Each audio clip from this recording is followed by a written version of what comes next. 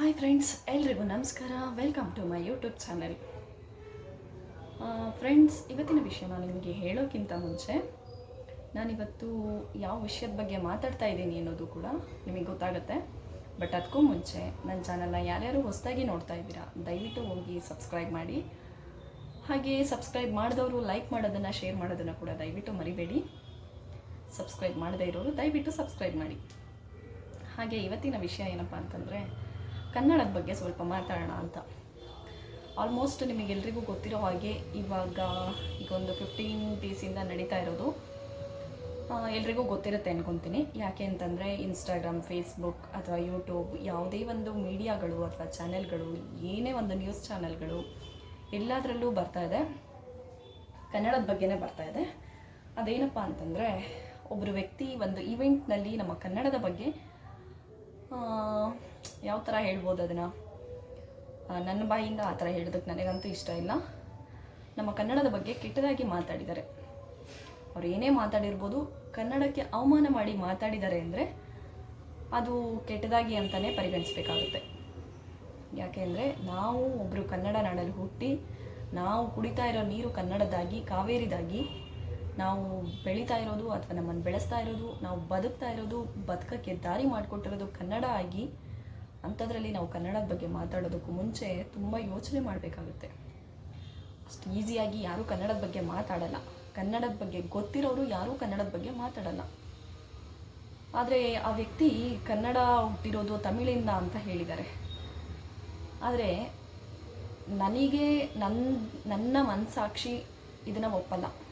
ಯಾಕೆಂದರೆ ನಾನು ಒಬ್ಬಳು ಕನ್ನಡದವಳಾಗಿ, ನನ್ನ ತಾಯಿನಾಡು ಕನ್ನಡ ಆಗಿ, ನಾನು ಕುಡಿತಾ ಇರೋ ನೀರು ಕಾವೇರಿ ಕನ್ನಡದ್ದಾಗಿ ಅವರು ಆ ಥರ ಹೇಳಿದಾಗ ನಾನಂತೂ ಖಂಡಿತವಾಗ್ಲೂ ಇದನ್ನು ಒಪ್ಕೊಳ್ಳಲ್ಲ. ಕೋರ್ಟ್ನಲ್ಲಿ ಅವರಿಗೆ ಕೋರ್ಟಲ್ಲೂ ಕೂಡ ತುಂಬ ಎಲ್ಲ ಆಗಿದೆ ಅದೇ ವಿಷಯದ ಬಗ್ಗೆ. ಅವರಿಗೆ ಕನ್ನಡದವರು ಕೂಡ ಕೆಲವೊಂದು ಜನ, ತುಂಬ ಜನ, ಎಲ್ಲರೂ ಅಂತ ನಾನು ಹೇಳ್ತಾ ಇಲ್ಲ, ಕೆಲವೊಬ್ಬರು ಮಾತ್ರ ಅದ್ರ ಬಗ್ಗೆ ಹೋರಾಟ ನಡೆಸ್ತಾ ಇದ್ದಾರೆ. ಇವತ್ತಿಗೂ ಹೋರಾಟ ಮಾಡ್ತಾ ಇದ್ದಾರೆ. ಯಾಕೆ ಅಂದರೆ, ಆ ವ್ಯಕ್ತಿ ಕ್ಷಮೆ ಕೇಳಬೇಕು ಅನ್ನೋ ಒಂದೇ ಒಂದು ಕಾರಣಕ್ಕೆ. ಆದರೆ ಆ ವ್ಯಕ್ತಿ ಕ್ಷಮೆ ಕೇಳೋದಕ್ಕೆ ರೆಡಿ ಇಲ್ಲ. ಅವ್ರ ಮೂವಿ ರಿಲೀಸ್ ಆಗ್ತಾ ಇದ್ರೂ ಕೂಡ ಕರ್ನಾಟಕದಲ್ಲಿ ರಿಲೀಸ್ ಆಗಿಲ್ಲ. ಅದರಿಂದ ಅವ್ರಿಗೆ ಎಷ್ಟೋ ಕೋಟಿಗಟ್ಟಲೆ ಲಾಸ್ ಆಗಿದೆ. ಆ ಲಾಸ್ ಆದ್ರೂ ಆ ವ್ಯಕ್ತಿ ಕ್ಷಮೆ ಕೇಳೋದಕ್ಕೆ ರೆಡಿ ಇಲ್ಲ. ಇದು ಎಷ್ಟರ ಮಟ್ಟಿಗೆ ಸರಿ ಅನಿಸುತ್ತೆ? ನನಗಿದು ನಿಜವಾಗ್ಲೂ ಸರಿ ಅಂತ ಅನ್ನಿಸ್ತಾನೆ ಇಲ್ಲ. ಅವರು ಹೇಳಿರೋ ಪದಗಳು, ಅವ್ರು ಹೇಳಿರೋ ಮಾತು ಖಂಡಿತವಾಗ್ಲೂ ತಪ್ಪಿದೆ. ಯಾಕೆ ಅಂದರೆ, ಇವಾಗ ನಾನೇ ಕನ್ನಡದ ಬಗ್ಗೆ ಮಾತಾಡಿದ್ರೆ ಯಾರು ತಾನೇ ನನ್ನನ್ನು ಸುಮ್ಮನೆ ಬಿಡ್ತಾರೆ? ನನಗೆ ಮಾತಾಡೋದಕ್ಕೆ ಮನಸ್ಸಿಂದ ಆಚೆಯಿಂದನೂ ಕೂಡ ನನಗೆ ಮನಸ್ಸು ಬರಲ್ಲ. ಯಾಕೆ ಅಂದರೆ, ಕನ್ನಡದ ಬಗ್ಗೆ ಮಾತಾಡೋಕ್ಕೂ ಮುಂಚೆ ಅವರಿಗೆ ಆ ಯೋಗ್ಯತೆ ಇರಬೇಕು ಅಥವಾ ಅರ್ಹತೆ ಇರಬೇಕು. ಅದು ಯಾವುದೂ ಇಲ್ಲದೆ ಯಾವುದೋ ಒಂದು ಈವೆಂಟಲ್ಲಿ ಹೋಗಿ ಮಾತಾಡದೆ, ಜನಗಳ ಚಪ್ಪಾಳೆಗೋಸ್ಕರ ಮಾತಾಡದೆ ಅನ್ನೋದು ಅದು ಮಾತೇ ಅಲ್ಲ. ಅದು ಆಲ್ಮೋಸ್ಟ್ ಇವಾಗ ಅವರಿಗೆ ಕೋರ್ಟಲ್ಲಿ ಕೂಡ ಹೇಳಿದ್ದಾರೆ, ಚೀತು ಅಂತ ಅವರಿಗೆ ಉಗಿದಿದ್ದಾರೆ. ಅಷ್ಟು ಉಗಿದ್ರೂ ಆ ವ್ಯಕ್ತಿ ಕ್ಷಮೆ ಕೇಳೋಕ್ಕೆ ರೆಡಿ ಇಲ್ಲ ಅಂದರೆ ಇನ್ನು ಎಂಥವ್ರು ಆಗಿರ್ಬೋದು, ನೀವೇ ಯೋಚನೆ ಮಾಡಿ. ನಾನಂತೂ ಇದನ್ನು ನಿಜವಾಗ್ಲೂ ಇದನ್ನು ಒಪ್ಕೊಳ್ಳೋದಕ್ಕೆ ಸಾಧ್ಯನೇ ಇಲ್ಲ. ಅವ್ರು ಕ್ಷಮೆ ಕೇಳಬೇಕು ಕನ್ನಡಿಗರ ಹತ್ರ. ಕ್ಷಮೆ ಕೇಳೋವರೆಗೂ ಬಿಡಬಾರ್ದು ಕನ್ನಡ ಜನ.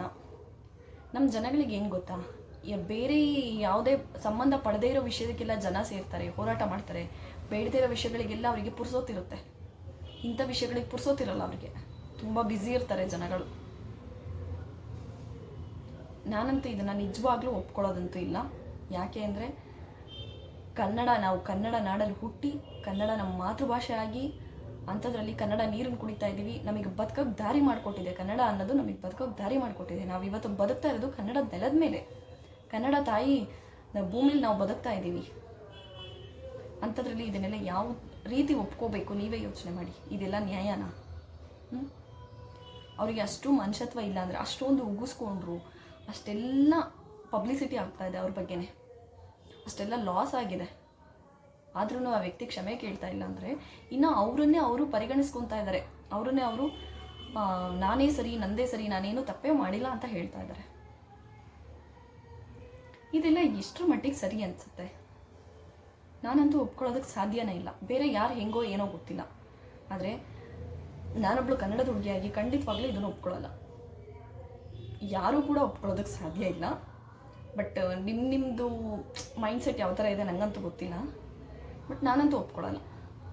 ಒಬ್ಬ ವ್ಯಕ್ತಿ ಮಾತಾಡೋದಕ್ಕೂ ಮುಂಚೆ ತುಂಬ ಯೋಚನೆ ಮಾಡಬೇಕು. ಯಾವುದೇ ಒಂದು ವಿಷಯ ಆದ್ರೂ ಸರಿ 10 ಸಾರಿ ಯೋಚನೆ ಮಾಡಬೇಕು. ನಾನು ಇದನ್ನು ಮಾತಾಡ್ಬೋದಾ, ನನಗೆ ಮಾತಾಡೋ ಯೋಗ್ಯತೆ ಇದೆಯಾ, ನನಗೆ ಮಾತಾಡೋ ಅರ್ಹತೆ ಇದೆಯಾ, ಇದ್ದರೆ ಮಾತ್ರ ನಾನು ಮಾತಾಡಬೇಕು. ಮಾತಾಡೋ ರೈಟ್ಸ್ ಇದೆಯಾ, ಇದ್ದರೆ ಮಾತ್ರ ನಾನು ಮಾತಾಡಬೇಕು. ಇಲ್ಲಾಂದರೆ ನಾನು ಖಂಡಿತವಾಗ್ಲೂ ಆ ವಿಷಯದ ಬಗ್ಗೆ ಮಾತಾಡಲೇಬಾರ್ದು. ಬೇರೆ ವ್ಯಕ್ತಿ ಬಗ್ಗೆ ಆಗಿರ್ಬೋದು, ಬೇರೆ ಭಾಷೆ ಬಗ್ಗೆ ಆಗಿರ್ಬೋದು. ನಾವಿವಾಗ ಅವ್ರ ಭಾಷೆಗೆ ನಾವೇನಾದರೂ ಮಾತಾಡ್ತೀವ? ಇಲ್ಲ. ಮತ್ತು ನಮ್ಮ ಕನ್ನಡದ ಬಗ್ಗೆ ಯಾಕೆ ಮಾತಾಡಬೇಕು? ಕನ್ನಡದ ಬಗ್ಗೆ ಮಾತಾಡೋದವ್ರನ್ನ ಸುಮ್ಮನೆ ಬಿಡೋ ಮಾತಿದೆಯಾ? ಖಂಡಿತ ಇಲ್ಲ. ಅವ್ರದ್ದು ಆ ಕೇಸ್ ಎಲ್ಲಿಗೆ ಹೋಗಿ ತಲುಪುತ್ತೋ ನನಗಂತೂ ಗೊತ್ತಿಲ್ಲ. ಆದರೆ ಅವರು ಕ್ಷಮೆ ಕೇಳೋವರೆಗೂ ಯಾರೂ ಬಿಡಬಾರ್ದು. ಯಾಕೆ ಯಾರು ಇಂಥ ವಿಷಯಗಳಿಗೆ ಮುಂದೆ ಬರಲ್ಲ?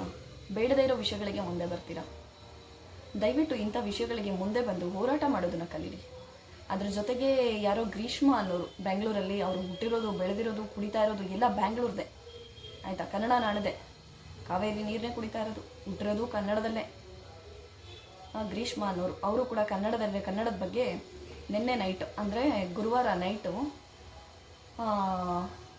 ಅವರ ಸ್ನೇಹಿತರ ಜೊತೆ ಕನ್ನಡದ ಬಗ್ಗೆ ತುಂಬ ಕೆಟ್ಟದಾಗಿ ಮಾತಾಡಿದ್ದಾರೆ. ಎಷ್ಟು ಧೈರ್ಯ ಇದೆ ಅವರಿಗೆ ಅಂತ ನಾನು ಹೇಳೋದು. ಕನ್ನಡದ ಬಗ್ಗೆ ಮಾತಾಡೋದಕ್ಕೆ ಯಾವುದೇ ಒಂದು ವ್ಯಕ್ತಿಗಾದ್ರೂ ಎಷ್ಟು ಧೈರ್ಯ ಇದೆ ಮಾತಾಡೋದಕ್ಕೆ? ಅವ್ರಿಗೆ ರೈಟ್ಸ್ ಕೊಟ್ಟವ್ರು ಯಾರು?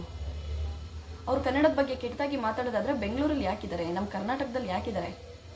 ಸ್ಟೇಟ್ನ ಬಿಟ್ಬಿಟ್ಟು ಹೋಗ್ತಾ ಇರ್ಬೇಕಂತವ್ರು. ಇಲ್ಲಿ ಬದುಕಕ್ಕೆ ನಮಗೆ ಯೋಗ್ಯತೆ ಇಲ್ಲ ಅಂದ್ಕೊಂಡು ಆ ರಾಜ್ಯನ ಬಿಟ್ಟು ಹೋಗ್ತಾ ಇರಬೇಕು. ಯಾಕಿರಬೇಕು ಕರ್ನಾಟಕದಲ್ಲಿ? ಅಲ್ವಾ? ಕರ್ನಾಟಕದಲ್ಲಿ ಇದ್ದೀವಿ, ಕಾವೇರಿ ನೀರು ಕುಡಿತಾ ಇದ್ದೀವಿ ಅಂದ ಮೇಲೆ ಕನ್ನಡದ ಬಗ್ಗೆ ನಮಗೆ ಅಭಿಮಾನ ಇರಬೇಕು, ಮನಸ್ಸಲ್ಲಿರಬೇಕು. ತೋರ್ಪಡಿಕೆಗಿರಬಾರ್ದು, ಮನಸ್ಸಲ್ಲಿರಬೇಕು. ಬೇರೆ ಕಡೆಯಿಂದ ಎಷ್ಟೋ ಜನ ಬಂದವರು ಕರ್ನಾಟಕದಲ್ಲಿ ಕನ್ನಡ ಮಾತಾಡೋದನ್ನು ಕಲಿತಾರೆ, ಕನ್ನಡ ಚೆನ್ನಾಗಿದೆ ಅಂತಾರೆ.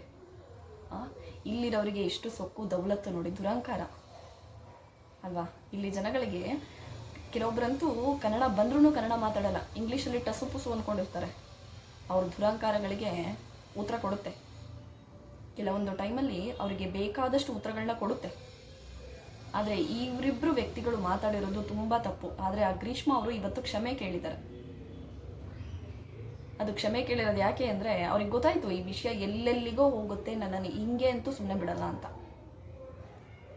ಎಲ್ಲೆಲ್ಲಿಗೋ ಹೋಗುತ್ತೆ, ಕನ್ನಡದ ಬಗ್ಗೆ ಮಾತಾಡಿ ತುಂಬ ದೊಡ್ಡ ತಪ್ಪು ಮಾಡಿದ್ದೀನಿ ನಾನು ಅಂತ ಹೇಳಿಬಿಟ್ಟು ಅವರು ಕ್ಷಮೆ ಕೇಳಿದ್ದಾರೆ. ಆದರೆ ಈ ವ್ಯಕ್ತಿ ಕನ್ನಡದ ಬಗ್ಗೆ ಅಷ್ಟೆಲ್ಲ ಮಾತಾಡಿದ ಮೇಲೂ ಕ್ಷಮೆ ಕೇಳೋ ಮನಸ್ಸೇ ಮಾಡಲಿಲ್ಲ. ಅವರು ಯಾಕೆ ಮನಸ್ಸು ಮಾಡಲಿಲ್ಲ? ಎಲ್ಲರೂ ಹೋರಾಟ ಮಾಡಬೇಕು ಈ ವಿಷಯಕ್ಕೆ. ದಯವಿಟ್ಟು ಹೇಳ್ತಾ ಇದ್ದೀನಿ, ಕನ್ನಡದ ಬಗ್ಗೆ ಯಾರೂ ಕೂಡ ಕೆಟ್ಟದಾಗಿ ಅವಹೇಳನವಾಗಿ ಮಾತಾಡೋಕ್ಕೆ ಹೋಗಲೇಬೇಡಿ. ಕನ್ನಡಕ್ಕಿರೋ ಬೆಲೆ ತುಂಬ ದೊಡ್ಡದು, ತುಂಬ ಸಾವಿರಾರು ದಶಕ ವರ್ಷಗಳದ್ದು ಇತಿಹಾಸನೇ ಇದೆ. ಎಷ್ಟು ಪುರಸ್ಕಾರಗಳು ಬಂದಿದ್ದಾವೆ ಕನ್ನಡಕ್ಕೆ. ಅದಕ್ಕೆ ಅಂತಲೇ ನಾವು ಕನ್ನಡ ರಾಜ್ಯೋತ್ಸವ ಕೂಡ ಮಾಡ್ತೀವಿ. ಅದಕ್ಕೆ ಇಂಥ ಪರ್ಟಿಕ್ಯುಲರ್ ಡೇ ಇದೆ. ದಯವಿಟ್ಟು ಹೇಳ್ತಾ ಇದ್ದೀನಿ, ಕನ್ನಡದ ಬಗ್ಗೆ ಮಾತಾಡೋಕ್ಕೂ ಮುಂಚೆ ಯಾರೇ ವ್ಯಕ್ತಿ ಆಗಿರಲಿ ಕೈ ಮುಗಿದು ಕೇಳ್ಕೊತೀನಿ, ಕನ್ನಡದ ಬಗ್ಗೆ ಮಾತಾಡೋಕ್ಕೂ ಮುಂಚೆ ತಲೆಯಲ್ಲಿ ಇಟ್ಕೊಂಬಿಡಿ. ಆ ಮಾತಾಡೋದಕ್ಕೆ ನನಗೆ ಯೋಗ್ಯತೆ ಇದೆಯಾ ಅನ್ನೋದನ್ನ ಫಸ್ಟ್ ನೆನಪಲ್ಲಿ ಇಟ್ಕೊಂಡು ಆಮೇಲೆ ಮಾತಾಡಿ. ಕನ್ನಡಕ್ಕೆ ಅಷ್ಟು ಗೌರವಗಳಿದ್ದಾವೆ. ದಯವಿಟ್ಟು ಕನ್ನಡದ ಬಗ್ಗೆ ಯಾರೂ ಕೆಟ್ಟದಾಗಿ ಮಾತಾಡಬೇಡಿ. ಹಾಗೆಯೇ ಇವತ್ತಿನ ವಿಡಿಯೋನ ಇಲ್ಲಿಗೆ ಮುಗಿಸ್ತಾ ಇದ್ದೀನಿ. ಕನ್ನಡವೇ ಸತ್ಯ, ಕನ್ನಡವೇ ನಿತ್ಯ. ಕನ್ನಡ ಅನ್ನೋದು ನನಗಂತೂ ನನ್ನ ಉಸಿರು ಕನ್ನಡ.